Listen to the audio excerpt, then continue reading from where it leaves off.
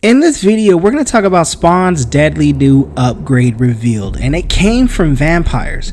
Alrighty then, this is a comic book review of Spawn, issue number 370, brought to you by RatedComics. Let's get to it. So previously in Spawn, Spawn interrupts horrific medical experiments on the vampires and gets himself an upgrade. So we begin this issue with Spawn submerged, chained, and thrashing like a trapped demon in a tank. The narration reveals our mystery woman, a centuries-old vampire who's forgotten nearly everything about her human life, except the moment she was bitten.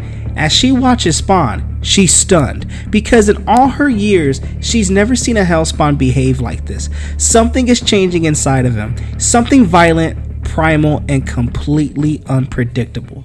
So suddenly the scene erupts into chaos. Spawn, now fully unleashed, bursts free into an operating room drenched in blood. Angels, surgeons, and twisted experiment hybrids scatter as he tears through them with brutal surgical precision. Alright, the narration makes it clear. These weren't simple captors. They were dissecting people, tearing open bodies in secret labs. And this Spawn, he's carving through them with the level of raw fury that even she finds unsettling. Spawn lands in the center of the room, wings unfurled and wide, chains snapping as surgeons cower in fear. One scientist moves too close and Spawn slices his arm without hesitation. He turns to the remaining staff, issuing a command that is cold and a demonic authority. Sew this woman back up now. He's not here to destroy everyone. He is here to rescue someone and punish anybody in his way. Now standing tall, Spawn lectures the staff with a brutal honesty. He acknowledges the war, heaven versus hell, angels versus monsters, but draws a hard line experimenting on prisoners, turning living beings into lab rats. That crosses a boundary even he won't tolerate. He warns them, act like Nazi doctors again and the punishment will be something they can't imagine. And judging by his tone, and we know our boy, he means every flippin' word. So with the scientist scrambling, Spawn turns his attention to the woman he freed. He helps steady her as she recovers, her wings trembling but functional. She introduces him to a friend, the fallen warrior lying dead behind her. Spawn promises vengeance, then with a grim calm, he tells her, "We're coming for the rest of them," and with that, he launches them both into the night sky. Spawn and the rescued vampire woman slice through the night sky, their massive wings beating against the wind. Below them, the world looks small, insignificant compared to the war they're now tangled in. She winces in pain, still bleeding from her injuries. Spawn notices something immediately. Even in flight, he's protective, almost gentle, asking if she can keep going. She admits she needs rest and quietly points out a hidden sanctuary as the angels still haven't discovered. The pair descend toward a moss-covered tunnel entrance buried deep within the forest. The woman is exhausted, but she leads the way, assuring Spawn this place is safe. She also reveals something important. The angels don't know this hideout exists, and Spawn asks her for her name. She pauses and finally answers. Her name is Martina. It's a small moment, but it humanizes her in the middle of all this chaos. Inside the tunnels, Martina collapses onto a ledge, struggling to stay conscious. Spawn urges her to sit. She's losing too much blood. She tries to shrug it off, reminding him the tunnels ahead are narrow and that her wings might not fit. Spawn kneels, eyes glowing, and tells him plainly, fold them, fold the wings, otherwise they'll tear off. Her tone is harsh, but there's a strange tenderness underneath it. Spawn understands she won't die from her wounds. She's a vampire, but the pain she's in is real, and for reasons even he doesn't understand, he wants to ease it. He places his hand on her wound, letting necroplasm glow through his fingers. The energy pulses, wrapping her in a warm, eerie light. For the first time, we see Martina actually relax. Spawn may be a monster, but sometimes he chooses to heal, and that's our boy. There's humanity left in him.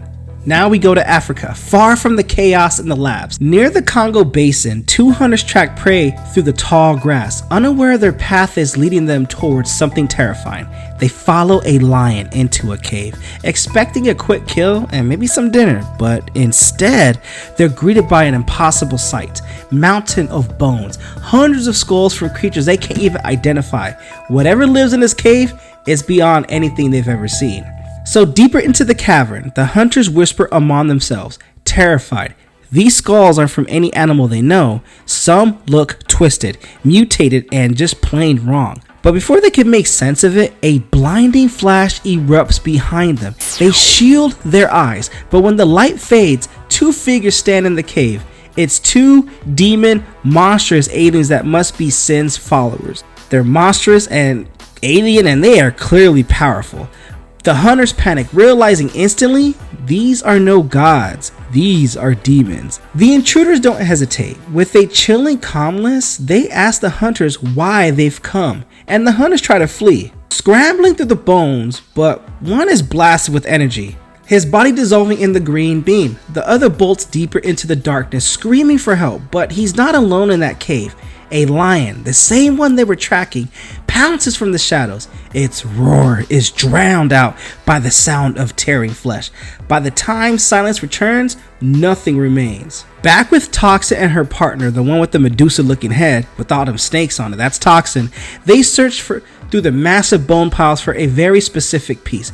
Hours have passed, but finally Toxin lifts a single ancient bone above her head. She's found it, the one they've been hunting for.